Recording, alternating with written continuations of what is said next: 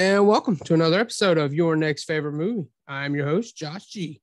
And today I am joined by actor Dennis Mallen. Welcome to the show. Thanks, man. Josh, great to be here. Appreciate your time. I know we scheduled a few weeks back, and I'm glad I'm on today, man. Thanks for having me.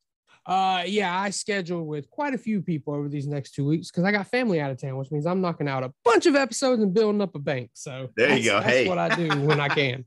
You can, right? Good for you.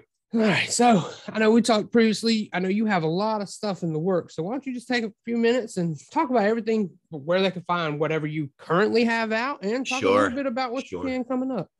Well, I'm in the business 25 plus years. I'm originally born in New Jersey, lived in New York. I'm now in Florida. I'm in Central Florida for about 8 years now. And there's just a ton of stuff going on.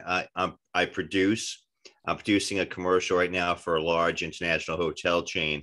But outside of that, I do a lot of acting.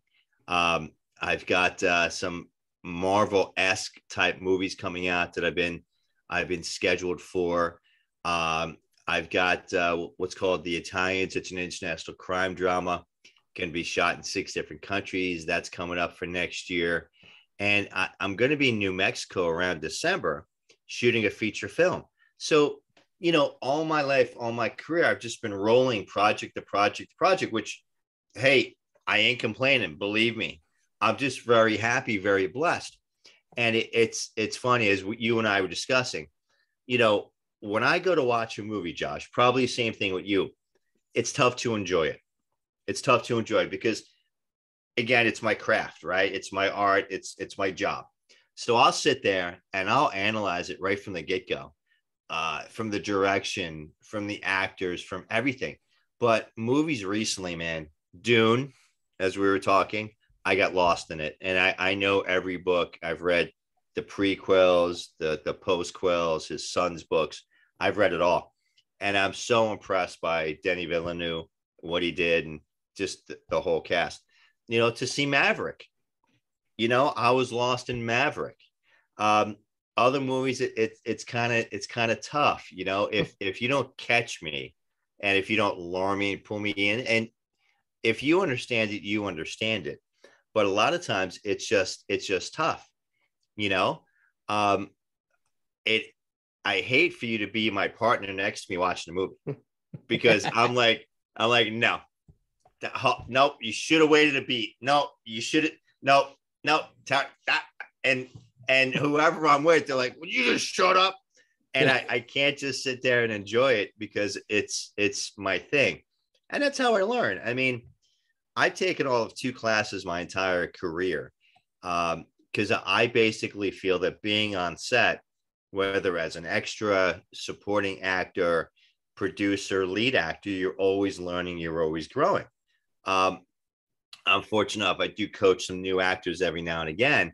And you're like, well, you know, I went to this school, I went to that school, I'm studying this method. I don't care. It's like going to the gym, you know, well, back in the day, I used to do this. Well, what are you doing today, Johnny? Right? Okay. Are you in the gym? Are you doing the reps? I don't care about the weight you're doing.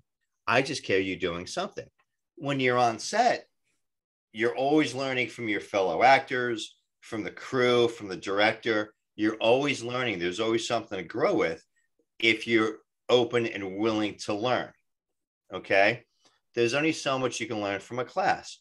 Now, classroom environment, it's sterile, right? It's safe and stuff like that. I've always been kind of thrown to the wolves type of guy. You know, I've always been baptized by fire. Various things in my career. My mother at one time, we ran a business and she threw me a microphone and she's like, go MC this thing. Okay. Hey, thanks for coming. It's just certain things, certain innate ability. Now, I learned early on that I'm a method actor. Josh, my first everything was Of Mice and Men. Okay. I played Lenny 26 years ago and did a showcase, did 10 different, plays and stuff like that. And after the second, I'm driving home from Manhattan to New Jersey, and I'm crying and I'm stammering and I'm stuttering. I'm so emotional. Call my mentor, Jim Demonic. He's like, well, obviously you're a method actor. And I'm like, Jim, I don't care what that means. This sucks. This totally sucks. Now, if you know about method acting, you know Robin Williams, rest in peace, Philip Seymour Hoffman, rest in peace, Heath Ledger, Al Pacino, Christian Bale. I can go on and on and on. You need to be able to let it go. Now, I've been very blessed, very fortunate. I did 2 veterans pieces this year. I did one recently called Faces of PTSD. It's up on my YouTube.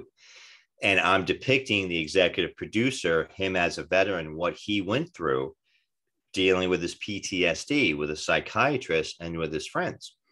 And he comes to me halfway through. He goes, you know, you're too hardcore. And I go, well, what do you mean? I need you to emote. I go, okay, now I'm depicting him. I go, well, tell me what happened during this time? He goes, I broke down. I was like a baby crying. I go, okay. I go, give me a second. And I was able to work it up. I was able to go there and I was able to deliver it. And once we cut and I got my stuff back together, I go, so what do you think? Oh my God, that was amazing. And it's interesting, Josh, because you do your work because you love it, you enjoy it. You don't do it for the kudos per se. The director, young guy, he's worked with Frank Grillo. He worked with Mickey O'Rourke and stuff like that. He goes, you're better than actor than Frank Grillo. I'm like, well, thank you, man. He goes, you can emote. He goes, Frank can't. And I'm like, I never looked at it that way. And I said, I really appreciate that. It means a lot to me. So you never know what you have and what you can bring to the table until you're challenged and until you're there. Now, I've always run this like a business, and I teach new actors that it's show business, not show friends. It's right. Show business. Okay. You run your show here. It's a business. Why? Because clubs don't pay. Okay. Hobbies don't pay. If you want to make a go with this, you've got to run it accordingly. And that's what I've been able to do. And, you know, I work it every day. I push the ball forward every day. I had another podcast yesterday. I've got another podcast tomorrow. And why do I do them? I love engaging. I love questions. I grow that way, but it also gives me reach. It also allows me to reach out to maybe a whole new audience, maybe a whole new demographic, maybe people that haven't seen my work before. So it's building what I call a friend base. You know, I'm not looking for fans. I'm not looking for fanatics. That's the least thing. I want to build my friends. I want to build my sphere of influence and see how I can help people, because my legacy will be my body of work. And have I moved people through my body of work? Has someone seen my movie and said to my grandson, oh my God, that's your granddad. Oh, that was a great movie. That would be amazing. Now we just lost Jimmy Caan, right? Sonny from The Godfather. I'm Irish, Italian, Brazilian. I would go over my grandparents' house, Easter, Christmas, St. Patty's Day, whatever holiday it is, Festivus. What do you think we're watching? The Godfather. Okay. So from a wee lad all the way on, The Godfather. And I heard someone review Godfather 1, 2, and 3 recently. And somebody said, Michael Corleone died like the dog he was. And I was like, I take issue with that because A, you don't understand the culture. B, you don't understand what he was trying to achieve. And C, you obviously don't have a clue. You're looking through today's lens, today's eyes, because I don't know your ethnicity. It doesn't matter. Whoever came over to this country, one way, shape, or form, they had to take care of their own. Yep. You know, they were, what's the word I'm looking for? They had to take care of their own. What's the word I'm looking for? Yeah, it's not coming to me either. Yeah, they were in their own clique because they were made fun of. They were picked on. It was ethnocentricity. The Italians had to take care of their own. And Michael Corleone was all about his family, doing good for his family. You know, it's not his fault that Fredo made a left turn. It's not his fault that Hyman Roth had his own agenda. He was all about the family. So in Godfather 3, the culmination, right? I want to get out. You pull me back in. He got out of the business. He built something for his next 3 generations. And what's the old adage? one generation, one hard generation makes another generation weak. Because you've worked so hard, you've grinded out, so the next generation has it easy, right? And the third generation loses it all. I read something recently, I think it was like the emir of UAE, and how his grandfather was a sheep herder. I'm going to screw up this story, so that, please don't hold it against me. How his grandfather was a sheep herder, let's say, I don't know. But he worked, grind, built an empire. His son build, grind, built an empire. So instead of them driving a goat, now they have a Mercedes, blah, blah, blah. Their third generation is going to be so soft, right? Hard times build hard men. Soft times build soft men, and you lose it all. I don't know if that was a good adage, but you get my point. Yeah. No. That was what he's trying to build. Now I have kids, and I want to work hard so my kids have it easier, so their kids would have it easier. So that's, when I hear reviews like that, people, I think, miss the entire message. Okay.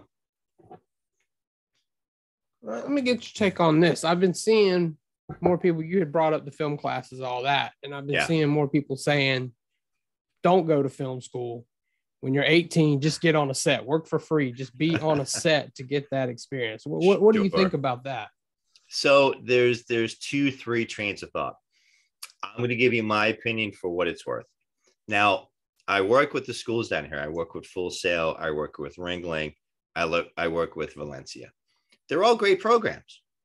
You're not going to get out of it. You're not going to graduate with your undergrad, grad degree, whatever they have, and call MGM or call Paramount and say, here I am. Give me that $100 million budget. I'm ready to direct. You still have to pay your dues. Now, you're a little more technically savvy. Now, back in the day, I went to culinary school. Right out of high school, I learned how to cook. It doesn't mean I can come in and run a restaurant. It doesn't mean I'm going to come in and be an executive chef. I had to pay my dues. I had to be in the back peeling the onions, chopping the onions, and doing all that BS. It's the same thing.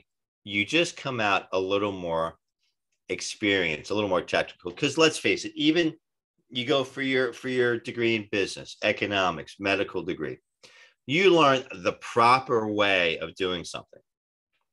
And then when you're in the field, you have to learn the real way of doing something. Okay. You get that point. In school, now I never went to film school, but I've done a lot of films for all those schools. And the reason why I do it, Josh, I want to meet the next generation, because somebody popping out of that school will be the next Tarantino, or will be the next whatever director's name to it. And I'm hoping that if I build enough rapport and that person happens to pop, they're going to remember me. And that's what it's all about. And, it's all about networking. It's all about relationships and networking. Because I can't tell you, I was talking to someone today. Whenever I'm on set, somebody always comes up to me during filming and says, hey, man, I really want to talk to you. I got the script. You would be perfect for the lead role. And I'm like, hey, I really appreciate that. Thank you so much. Can we talk once we're done? Oh, yeah. We'll talk once we're wrapped. But that's the relationship aspect. So you've got, from an acting school, you've got Al Pacino that went to, I'm going to screw this up. I think it's the New York Actors Academy. I don't remember exactly. My mentor, James Ronald Demonic Jr., used to teach at the American Academy of Dramatic Arts and Sciences. Okay. There are tons of actors that haven't gone to formal school and that are Oscar award-winning actors. So, there's something on YouTube, there's something on the internet. You Google, acting school versus non-acting school. And I think you'll get Mr. Pacino and somebody else giving their opinion. So from my perspective, I just had a good friend, his daughter graduated from NYU Tisch. So what did I cost him? $100,000? I don't know. Now she's got to come out and she has to start as an extra, or she might have to start as a PA, but now you have to work your way up. So I don't know. It's like, why do people go to Brown University, Yale, Harvard? Do they go for the Harvard school and the Harvard education, I would argue they go for the networking. Okay. Because you and I, we've got kids. We're both Harvard grads. Okay. We all should be so blessed, right? We have Harvard, and you're the CEO of Josh Inc. I'm the CEO of my company. And you call me up. Hey, Dan, how you doing? Josh, doing great, man. Having the best quarter of the year. We're rocking and rolling. Hey, you remember Josh Jr.? Sure. What's going on? Hey, it just got out of Harvard MBA. Oh, God bless. That's awesome. Hey, Dan, can you bring him on? Can you bring him to a executive program? Without a doubt. It's networking. It's networking. And again, that's what it comes down to. The actors that I coach, I tell them whenever they're on set, big set, small set, keep your mouth closed, keep your ears open, make as many friends as you can. Listen, because everyone's going to talk about who the best casting agents are. People are going to talk about who the best directors are. People are going to talk about the next up and coming big project. And you're going to be there all smiles, all bright-eyed, bushy-tailed, because they're going to say, damn, that guy's a good guy. Okay? You're never going to talk sex, politics, religion. I was on set recently where during lunch, the executive producer started spouting off about the Supreme Court and recent rulings and stuff like that. And the only ones that know my opinions are my cats. and if I need to vet, I vet with them. And if I'm wrong, they walk away. And if I'm right, they stand and look at me and they kind of agree with me. So that's nobody needs to know how I feel about anything. I picked up lunch and I walked out of the room. I made believe I was on my cell phone because I'm not going to get into it. And I learned early on, Josh, I learned years and years and years ago, if one producer is one way politically, and I happen to spout off on social media, whatever. It's tough enough. It's competitive enough. I'm not going to cut my nose off to spite my face. Or someone's on another side and I spout off anti whatever. Why would I limit my opportunities because I'm sharing my thoughts? Nobody cares. Okay. I don't care. I'm not a conspiracy theorist. I'm not going to buy into anything. Okay. I'm going to do my thing and go from there. So I know that's kind of a thousand foot view in answering your questions. I did take 2 courses at New York Performance Works, one with Angela Montalbano, a New York Italian woman. I still consider her a mentor of mine. She kicked me in the ass. She read me the riot act as an Italian mother would and should. But I learned how to read copy. I learned how to be professional. And she taught me a lot. She really helped me get started. And then Mark Reihard taught me basic scene study, how to break down a script, how to prepare, how to emote, and how to get into that. But outside of that, my friend, the best class is getting in there, getting your hands dirty and, doing freebies, doing whatever you need to do, getting into that gymnasium and doing the reps every day. That's how you get stronger. That's how it's done. Okay, so I know you mentioned you have a YouTube channel. Where else can they find your work? Sure. I'm new to TikTok. Oh. My social media manager says I need to be on TikTok. So I'm TikToking every day, brother. I'm at the gym. I'm posting a gym video. I'm trying to post on TikTok 4 to 8 times a day. Oh, wow. Okay. And what he said to me, he goes, you have such an interesting life. You should just post what you're doing anyway. I'm like, all right, well, that's pretty cool. I mean, at my age, I'll do whatever I need to do. So I'm on TikTok. I'm on Instagram. I'm on Twitter. Of course, I'm on Facebook. I've got a Facebook fan page, and I'm all over the place. But, here's the thing with me. If I can help anybody with anything whatsoever, I'm more than happy to. Please find me. Please reach out to me. Be more than happy to. And that's just Dennis Mallen everywhere? That's it, man. It's me and my son. I'm 6'1". My son's 5 shorter than me. So we both have the same forehead, poor kid. But outside of that, it's just me out there. Thank God. Can you imagine if there's another one of me out in like Wisconsin or something like that. That would just be scary.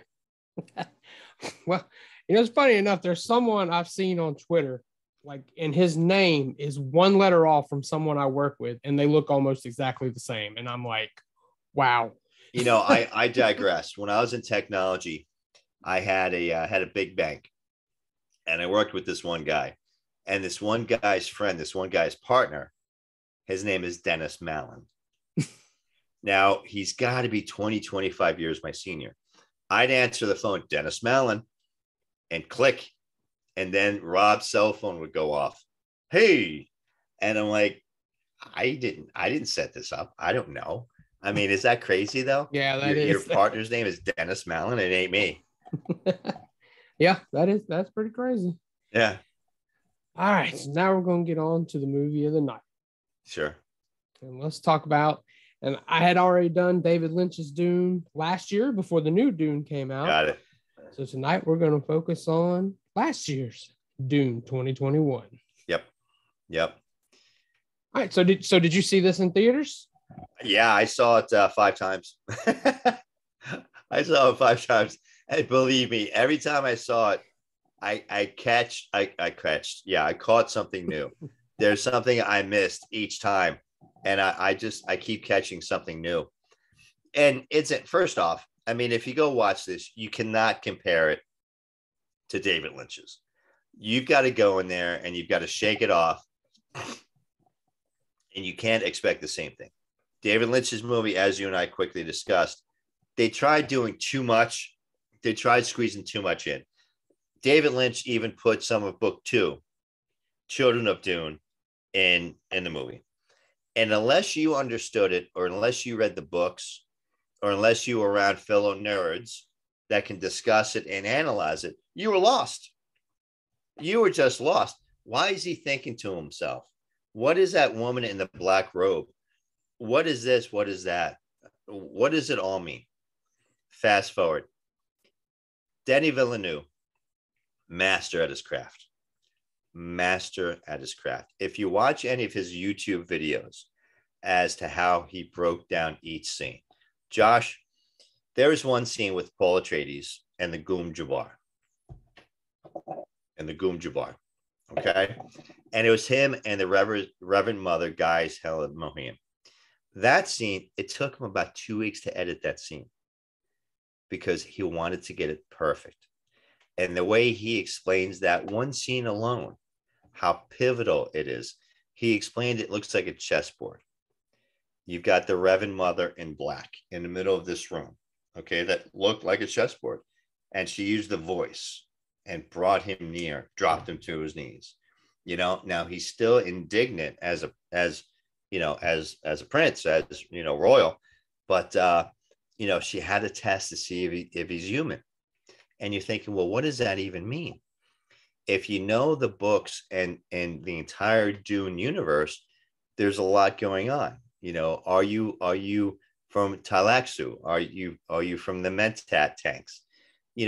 Where are you coming from? Are you from Ix? Are you a machine from Ix and a Butlerian Jihad, which is a prequel? So there's a lot going on. And, from Oscar Isaac playing Duke Leto, I thought he was perfect. I thought he was perfect from the get-go.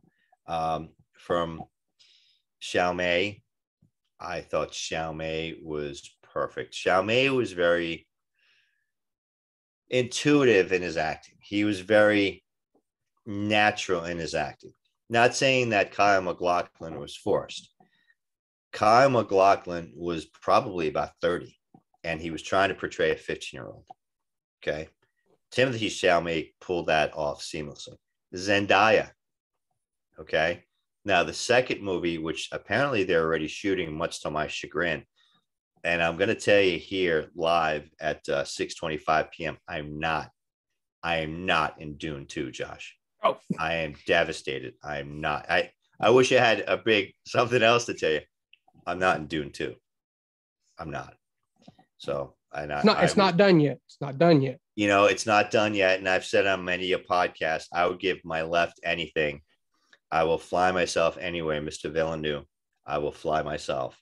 You can make me a Fremen. please, Fedakeen, I'd appreciate. You can blow me up. Whatever you need me to do, I'll be more than happy. I'll ride Shai Hulud for you. But I think even from a technical perspective, you look at Shai Hulud, you look at the Sandworm, very different, very different. You look at the fight, all that stuff was really not even 100 pages of book one. It really isn't 100 pages. Now, of course, I reread the book prior to the movie, and he really just scratched the surface. And I think he wanted to, and I'm not speaking for him, but I've watched his YouTube interviews. He wanted to slowly build character. He wanted everyone to understand, what's the conflict with Duke Leto and Lady Jessica? How come you never married her? Concubine. Now, not to give anything away, by the time Duke Leto is killed, she's pregnant. Who's she pregnant with? Well, let's flash forward a little bit. I'm not giving a spoiler. She's pregnant with Paul's sister, Arya. But Arya is going to be born as a Reverend Mother. So the Reverend Mother, Guys Helen Mohiam, says she's an abomination. So here's this infant that I assume, and I cannot wait for Dune 2, they're going to show that. And here's this infant with the power of a Reverend Mother. So it just, when you peel back the layers and peel back the onion, I love what he did because he took his time. I wish he did like Lord of the Rings. I wish he did like that and just kept filming. Because Lord of the Rings, what were they on set? 4 or 5 years straight? Something like that. Yeah, I know it was something like that. Back to back, yeah. Yeah, 3 years, 4 years. I mean, they what's the stories go? They celebrated birthdays. They got married on set. They had kids on set. It was just crazy. But they kept everyone together and kept going. I wish he had done this. Maybe he'll do it with Dune 3. But there's enough material to keep going for years and years. Look at Game of Thrones, House of Dragons. I had an audition for House of Dragons. Now, I can't be a Targaryen, obviously, dark hair, dark eyes, but I had an audition. What do you think I did for the audition? I did a monologue from Dune. You know what I mean? So I did a monologue from Dune. I wish I did a monologue from Mandalorian, because that's another thing that I'm a big Star Wars fan. I mean, Star Wars is in our blood. My son was born May 19th of 99 when episode 1 came out. And I got to tell you, his metachlorine rates are just off the charts. But, I enjoyed the movie. And every time I saw Dune, the 5 times, there was always something else that I caught. Maybe a little technical issue, maybe a word, maybe something. But I was like, I can't believe I missed it. I can't believe I missed it. It goes down to the masterful directing and storytelling of Villeneuve and his team. It definitely does, because every scene that they had was researched. It was done. They took their time. I don't know how many takes they did. I saw an interview with Timothée Chalamet, but they did it right. Even Josh Brolin. Okay. Even God, what's up? Playing Duncan, Idaho. Okay. Momoa, Jason Momoa. I mean, if you read the books, they were just on Gurney Halleck, Josh Brolin playing Gurney Halleck.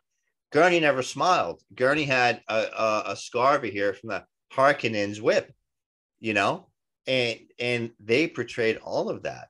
Duncan Idaho, Swordmaster of Ganaz, was tight with the young prince. So it was just, for me, it really hit everything, and it made a dent. I got lost in it. Stuff like that, I'll go by myself. I'll get, the early morning ticket, whatever it opens up, 1 o'clock in the afternoon, and I'll go by myself, get a cup of coffee, and I'm just sitting there just focused, because I'm looking at it from a few perspectives. Now, 25 plus years in the business, when I feel I need a master's class, my man crush and my mentor from afar is Kenneth Branell. Okay. English actor. Now, there was something on Twitter recently, and they're talking about all these English actors, and they didn't bring up Derek Jacobi. they had to bring out Kenneth Branell. And I'm like, guys, okay, Christian Bale, Patrick Stewart, Liam Neeson, and I can go on. But how about the classics? Okay, how about Laurence Olivier, rest in peace? How about all these classics that you're just browsing over? So, of course, I went onto it and I'm like, well, how about this guy? How about that guy? How can you forget these masters? But when I need my master's class, I get a big Dunkin' Donuts. I get a box of dozen donuts, and I sit down and I watch Hamlet. Kenneth Branagh was Hamlet. He directed it. He produced it. He had the lead role. That is crazy to be in a Shakespearean classic that way.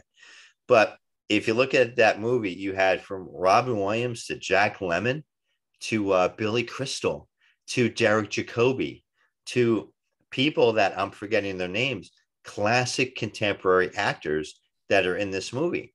Now, I get a lot out of it, of course, from the acting perspective and how to emote and how to stretch and how to go there from different perspectives. But even from a producing perspective, I kind of sit back and I rewatch it. I actually take all day. It's a 4-hour movie, but I think I take like 10 hours. And I'm rewatching. I'm like, how did they even set up that scene? How did that even happen? You know? So I keep analyzing. And that's kind of my process. Now, being a method actor, I can't teach. Okay. Because it's my opinion. I don't take anything away from anybody. Doers do, non-doers teach. You know, I was a technologist, financial professional. You can either teach, you can go out there and do it. I coach and I help people. I tell them what I do, but I can't tell you what to do. I can never tell you, all right, Josh, this is how you cry. Ready? Go. I don't know. I don't know how it would go there. I mean, I was raised in Kearney, New Jersey, you know, middle-class kid, you know, happy-go-lucky straight C student.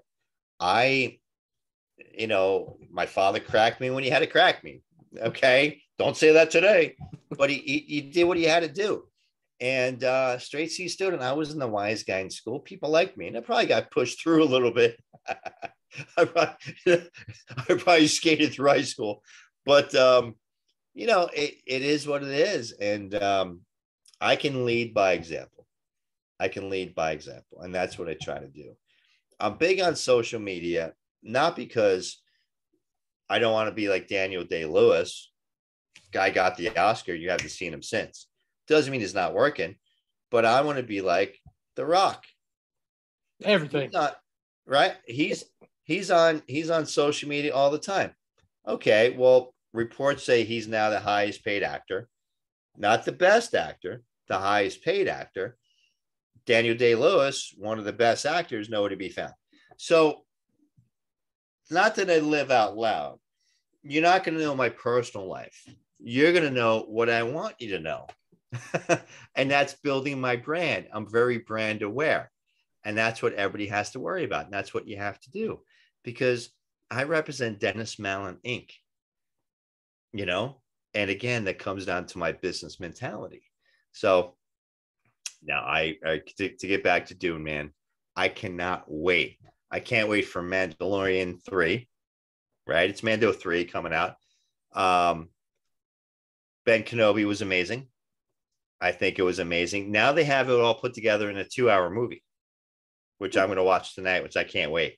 I thought that was amazing. And for the actors out there, there's a streaming service coming out every day. There's a new streaming service at least once a week, once a month. And there's so much content out there, Josh. There's so much opportunity for seasoned gray hairs like myself, for new actors. There's so much out there. Because think about it. Game of Thrones. How many named actors were hired? I don't know, Cersei, right? Maybe Peter Dinklage.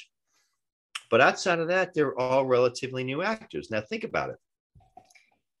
If the top actor made 50 grand an episode and the newer actor made 5 to 10 grand an episode, how many seasons, how many episodes? You still finished off as a millionaire. Right. And oh, by the way, the world is your oyster. It was kind of disconcerting that Denis Villeneuve wasn't even nominated for Best Actor. Wasn't even nominated. Now, I was in The Irishman, and The Irishman was frozen out. The Irishman, I don't think they didn't win anything at the Oscars. Okay, I don't think they won any Golden Globes. And I mean, De Niro, Pacino, Pesci, it's just crazy. But I am glad. I think they picked up 6 or 7 Oscars, technical Oscars. None of the actors were nominated, right? As far as I remember. And Denis Villeneuve, that's okay. That's okay. It's like Tom Cruise. Is Tom Cruise going to win an Oscar? Has Tom Cruise won an Oscar? I don't believe he has. Will he win one in his lifetime? Maybe, maybe not. But here's the thing. He's laughing all the way to the bank. The man is laughing all the way to the bank. And that's just the funny part. Would he rather make money or win the Oscar? And my answer is yes. Yes. I'd rather make a ton of money and win an Oscar. Yeah. Yeah. I mean, he was nominated for Born on the 4th of July, but I don't think he won. But I don't think there you go. I thought one of his best movies was The Last Samurai. That was a good one. I really, I mean, when I put that on social media, people argue with me. I'm not looking to argue with anyone. For me, that's one of his best movies. Because here's the thing, Josh. Whatever your favorite movie is, whatever favorite genre, you have to learn how to fight, how to ice skate, how to handle whatever car, weapon, blah. He had to learn, well, probably already knew how to ride a horse. Knowing Tom Cruise, there's nothing he can't do. But now he had to learn how to fight like a samurai. Okay. That doesn't look that easy. I've got a black belt from back in the day, and I did some sword play, but oh my gosh. Look at, we were talking about Ben Kenobi. Look at those epic fights. Look at The Mandalorian. Look at Boba. We've got Ahsoka coming out. And what's the other one? We've got Endor coming out. There's so much content. Love Disney, hate Disney, it doesn't matter. There's stuff coming out. And I read something recently that kind of bounced around. Game of Thrones, they're going to redo the ending. Just leave it alone. It's been a few years now. Yeah. Leave it alone. House of Dragons, now you're going 1,000 years back. You're going to redo the ending of Game of Thrones? All right. It is what it is. Maybe Jon Snow shouldn't have killed her. Maybe the dragon shouldn't have taken her away. Whatever. Leave it alone. But they're coming out with a new something about Jon Snow being the king of the wildlings. That's going to be fun. That's going to be fun because he is a king. I mean, Aegon Targaryen, right? That's his name. But there's so much opportunity. It's a great time to be in the business. It really is. For people coming in new, if you do it right, if you work it like a business, it's a good time to come in. It really is. You're right in the sense that there's tons of content out there, but in a way, it's so oversaturated. So much stuff goes never seen. Without a doubt. I mean, if you look at my IMDb, there's stuff out there I'm still waiting to see. There's stuff out there that I really don't watch my work per se. If you invite me to a red carpet, I'm kind of forced to watch my work, but I really don't go out of my way to watch my stuff. That's just me. Like The Irishman. I've never seen The Irishman. Okay. 3 hours. Josh, I can't sit still for how long are we on for? My adult ADD, I've got to keep moving. It's why I keep drinking caffeine, because caffeine actually keeps you regulated. I'm not a medical doctor, just for me. But, when I started my career, I looked at it from a few perspectives. I could only get the young father and the young businessman. I couldn't get the sexy Calvin Klein model. Okay. I don't know why, but I just couldn't get it. And I looked at it. I'm 25 years old. If I can stay in the business for 10 years, the 10 million kids my age, my genre, my look, they're going to fall out of the business because they're tired of being a starving waiter. I always had a full-time job while I'm pursuing my dream. So 10 years hence, that 10 million people It's now down to 2 million because now my age range is 35 to 50. Okay. Smaller demographic, smaller actor pool, still a lot of the same roles, still a lot of bigger roles. Okay. And the older I get, the bigger the roles are. Who's your favorite actor? Who's your favorite actor? Probably Denzel. Denzel. How old is Denzel? 53? I don't know, something like that. Maybe. Mr. Denzel Washington. He's over 60? Hey, Siri, how old is Denzel Washington? Siri's not going to answer me, of course. That sounds about right. Siri does what Siri wants. The point being, Liam Neeson, got to be close to 70. Pacino, there is Harrison Ford. There are still so many great roles. Daniel Craig, James Bond. How old's Daniel Craig? 53, 54. Right. James Bond. So I'm in the best shape of my life. I can learn an English accent. I can be the next James Bond. The point being, unfortunately, for other actors, age plays a major role. As we get older, things open up to us. And it's an interesting place to be. And you're right. You can have longevity and you can do it right if you so choose. And that's what it comes down to. You've got to know yourself. You've got to take care of your instrument, and you've got to go out there and just do the reps, man. You got to go out there and build. Okay. So you know what, as much as you talked about Dune, you know what you haven't done. Tell us what Dune is actually about, like the basic story of Dune. So you've got the socio-geopolitical religiosity of Dune. It's about a duke.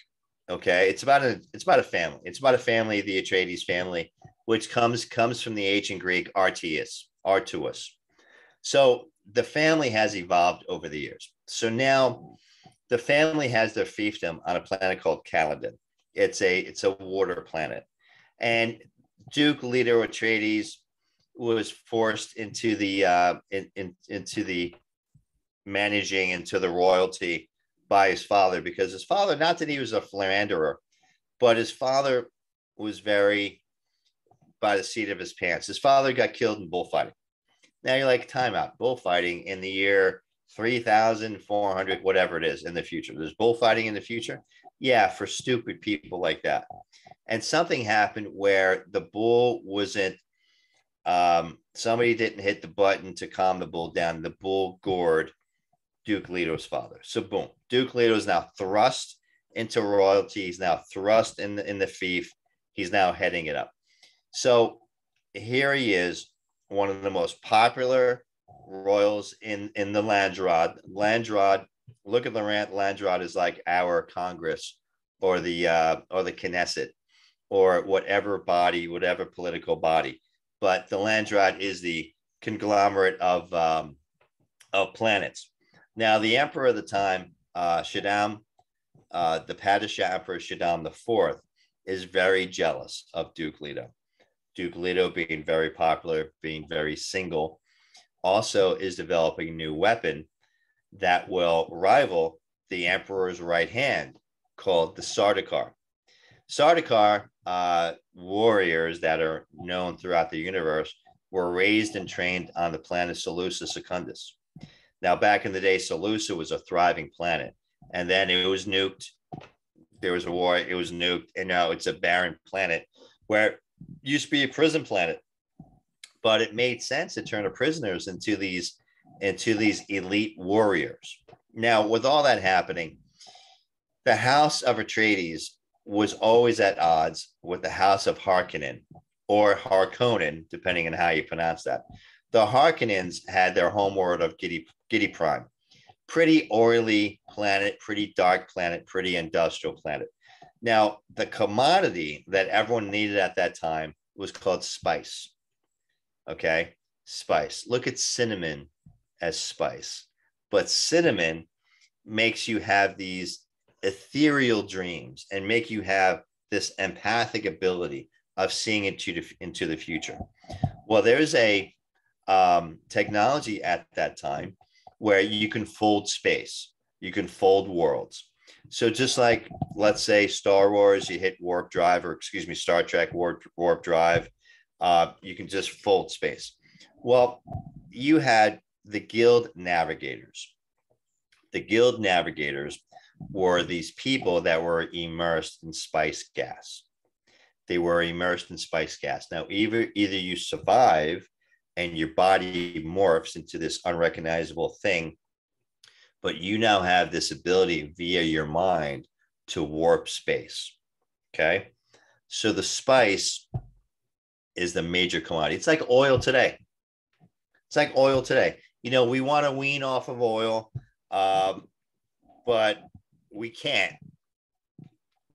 Go ahead. You're gonna say something. We want to wean off of oil, but we can't.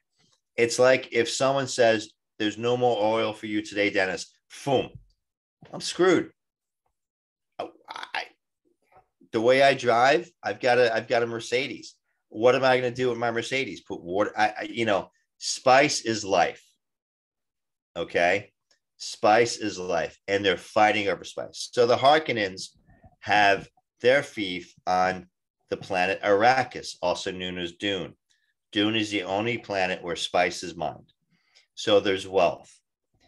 The Emperor, Padishah Emperor Shaddam IV, is removing the Harkonnens from Arrakis and giving it to the Atreides Duke Leto. Now, okay. Now, the Duke's Mentat. Mentat is a right-hand man or woman, right-hand person that is trained to think 10, 100 different steps ahead. And they drink what's called saffo juice because their lips are changed. Their lips are purple, but saffo juice allows them to get into a mind trance and think ahead. So what's the Duke's Mentat? Thufir Hawat says we're walking into a trap, but knowing about the trap is a lot easier, and you can spring the trap knowing you're walking into a trap. Now, why are the Harkonnens, which had a fight with the Atreides from day one? Now, the reason why they had to fight with the Atreides from day one, this goes generationally back. There was a war, and House Harkonnen and House Atreides fought together. They were actually allies at one time.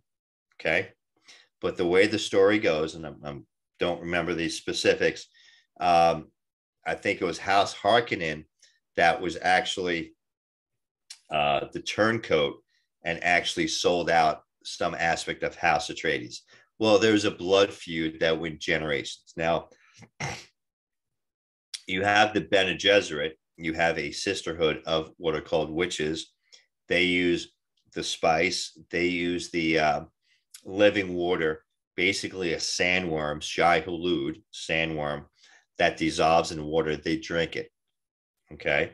And it gives them that empathic vision.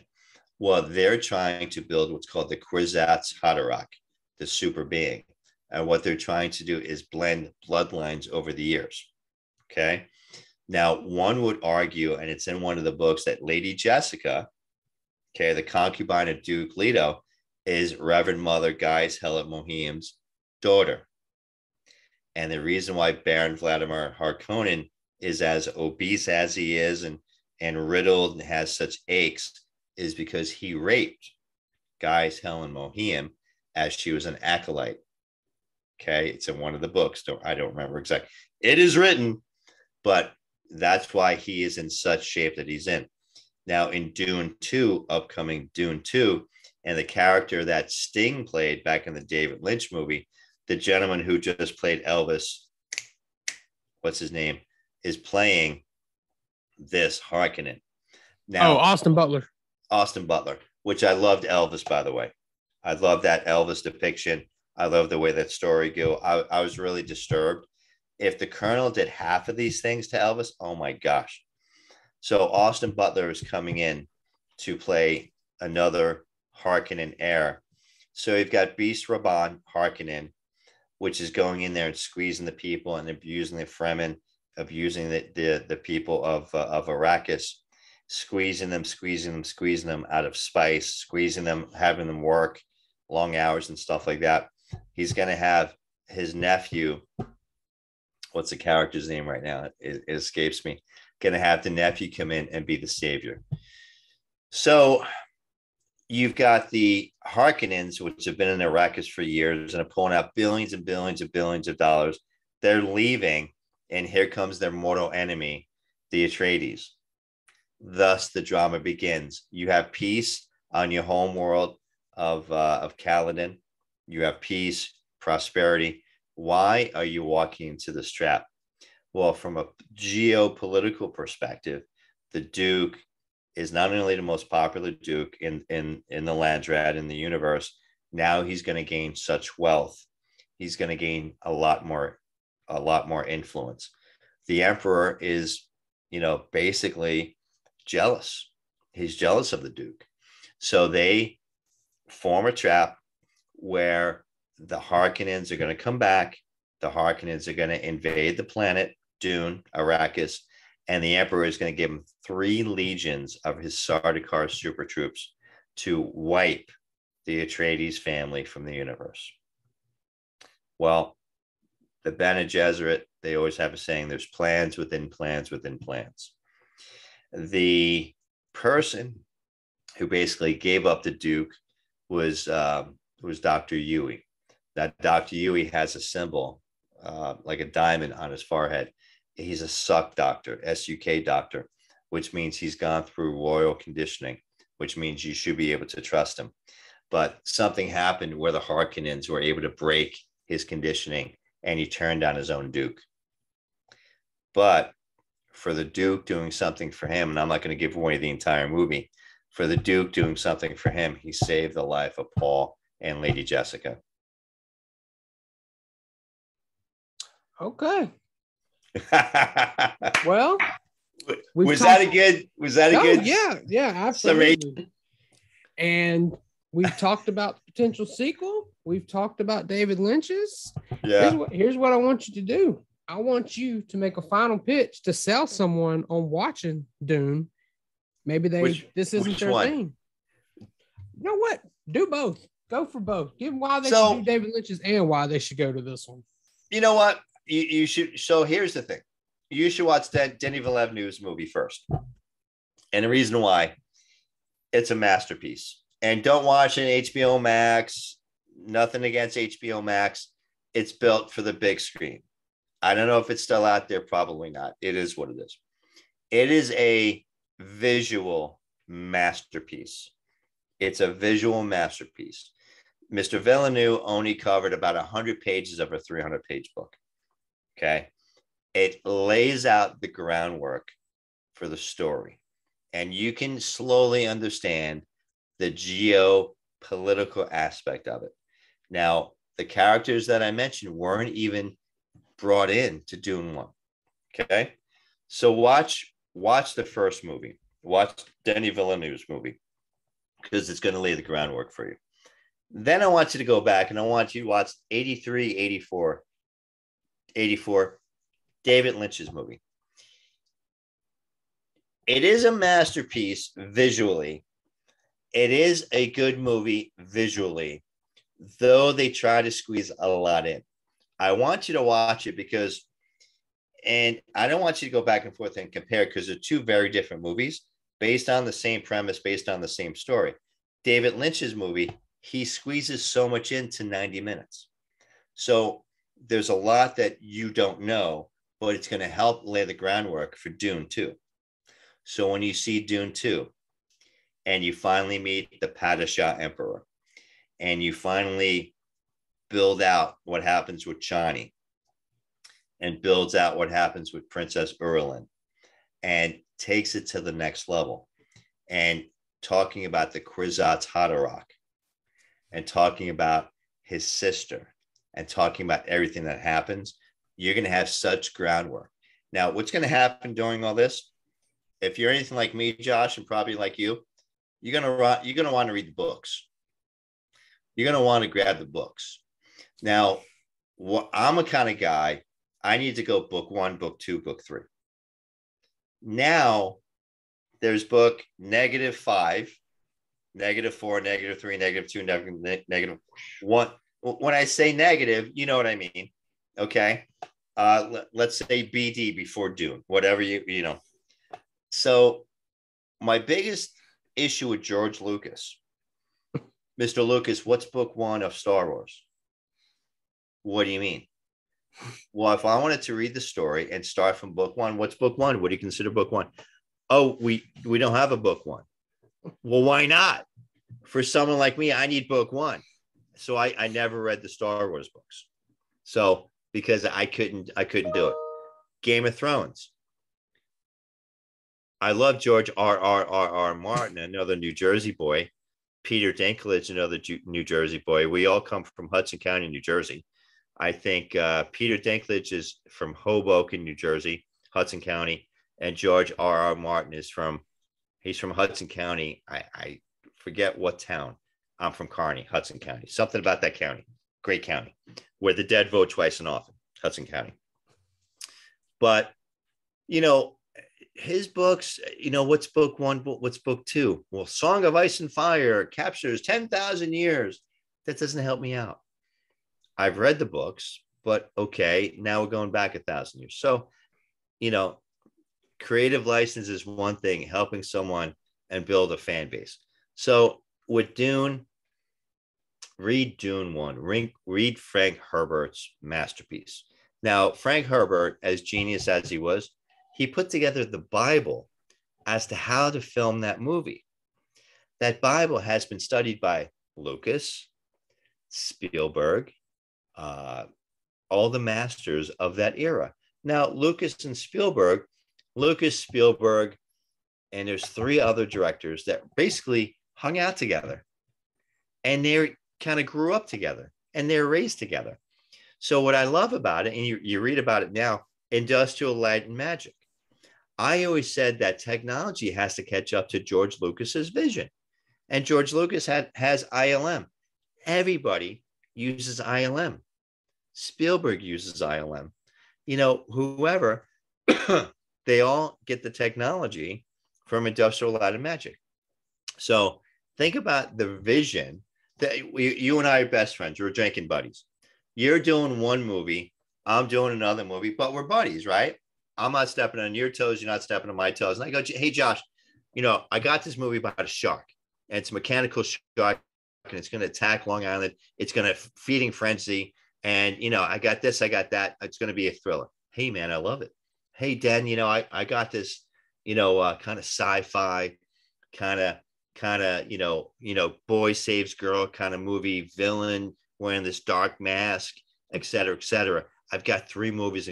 Wow, that's awesome, man. So we bounce ideas off each other. Stuff like that. That's a bygone era. You don't hear about that today. You don't hear, these directors sharing thoughts, sharing ideas, and bouncing back and forth. So, it was a different time, and I'm glad that technology has caught up to his vision. When Disney bought Pixar, and then Disney bought Lucas, I remember reading Bob Iger's book. Great book, by the way. Great book. Bob Iger, I remember him, Channel 7, ABC Sports, and he worked up to be the CEO of Disney. He gave Jobs a certain deal with Pixar. Okay, Pixar would come out with a great movie, every 3 months? Whatever. Steve Jobs had stuff in the funnel. When Lucas went to Iger, Lucas goes, I want to see the same deal as Pixar. He goes, no. What do you mean, no? He goes, you come out with a movie every 3 years. Jobs comes out with a movie every 3 months. And oh, by the way, they're all award-winning movies. And they make, I don't know, a stupid $1 billion every time they come out. No, you're not getting the same deal. He was a little butt sore, but, you still walked away at $2-3 billion, whatever it is.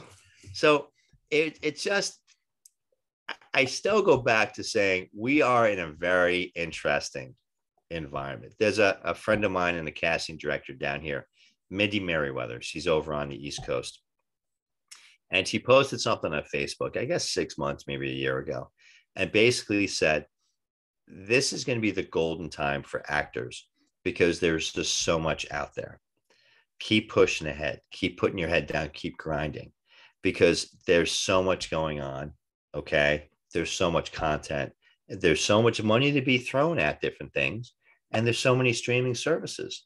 So just keep on keeping on, because it's just a matter of time. And if you can keep, she told me personally, she goes, if you can keep yourself busy during the dark times, COVID, right? If you can keep yourself busy and you're still moving forward, things are going to open up for you. And that's exciting. And that's exciting. That's what, if you love what you do, Josh, you don't work a day in your life. That's why I work every day. That's it. And I just finished a book. I'm going to be on a show later this week. And I just finished a book, and, it's about the hustle. It's about the hustle. You got to keep your 9 to 5 while you're pursuing your dream, because dreams are made not Monday through Friday, 9 to 5. They're made after hours. Entrepreneurs work when people are sleeping. Why? Anybody can be a millionaire. You can trip over a rock. You can win the lottery, be a millionaire. Okay. How about building a legacy? How about building and achieving your dream? That takes time. That takes hours. You're not going to sit in front of the boob tube at night and someone's going to come across and drop an opportunity in your lap that you're not going to have to work. You got to have to work it. And this is a business. And this is what I do. I work it every day. I work it every day. And I'm not there yet, Josh, but I'm very happy where I am, because there's a lot of stuff going on. I heard from a company over in Oregon that might want to fly me out for a lead role. I'm waiting to hear back. I might be in New York in August for a lead role. There's just so much going on. I'm really happy the doors that are opening and really how we're positioned. It just really feels good. And talking to a guy like you, and your fans and your followers, it allows me to build a whole new base, to really get my name out there and build a whole new base. And hopefully people come see some of the work that I've done. I have something on my IMDb. I look for broken characters. I look for scripts that have so much meat in them, because it allows me to show range. It allows me to get into it. I mean, look at Christian Bale, American Psycho. Oh my God. It's just crazy. Okay. But a great actor like that, you look for something that you can show your range. And that's what I do. Could I play the hot Calvin Klein model or the rom-com? Probably. I can. I don't get that, because it's tougher. Anybody can play the white knight. That's easy. How about playing the dark guy, the meaty character, the nefarious looking, blah, blah, blah. That's where I come in. That's where the fun is for me. Okay. I think that is a perfect note to go out on. So why don't you take a minute and remind everybody where they can find you online, where they can find your work so they can check you out. I noticed you mentioned The Irishman. I own that on Criterion Blu-ray, so there you go. Have to go back and look for. Well, apparently I was cut. I was at the gym. I was at the gym the other day, and I've got a young pastor, and he goes, "I saw that Scottish movie you're in." Scottish movie? Yeah, I'm like. He goes, "Yeah, that mafia movie.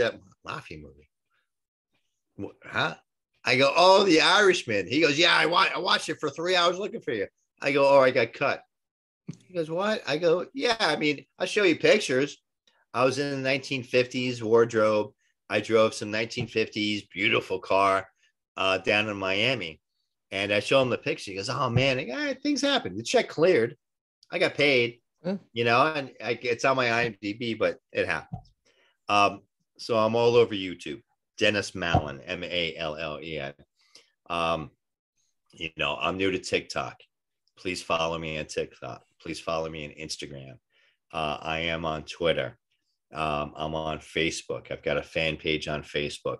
But please, please, please, if I can help anybody with anything, Josh, hit me up. Find me. It's me and my son, Dennis Mallen III. Okay.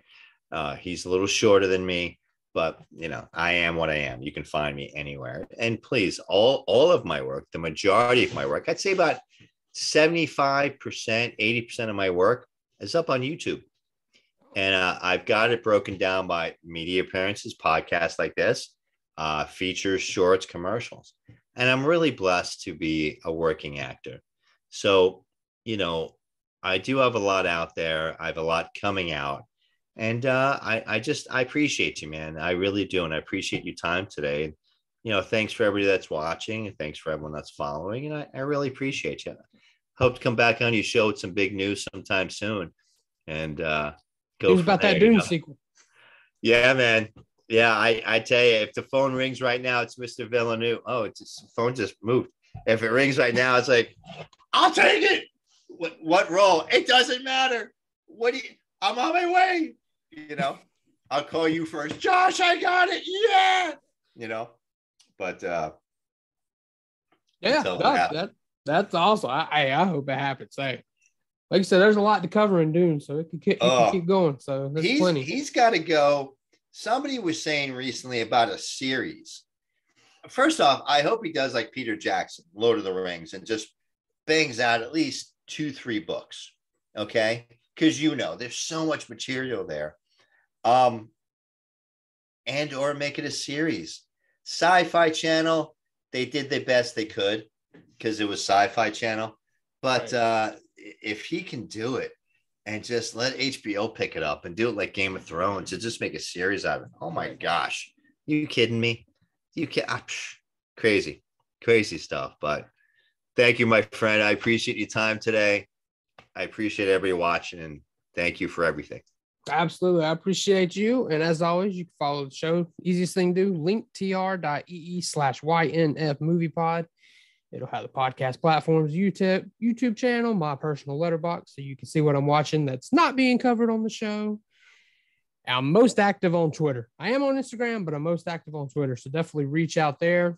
Like Dennis said, you can reach out to him as well. He responds quickly. So until next week, I'll be back with a new guest and a new movie. And who knows, that may be your next favorite movie. You guys take care. I'll talk to you next time. Thanks, Josh.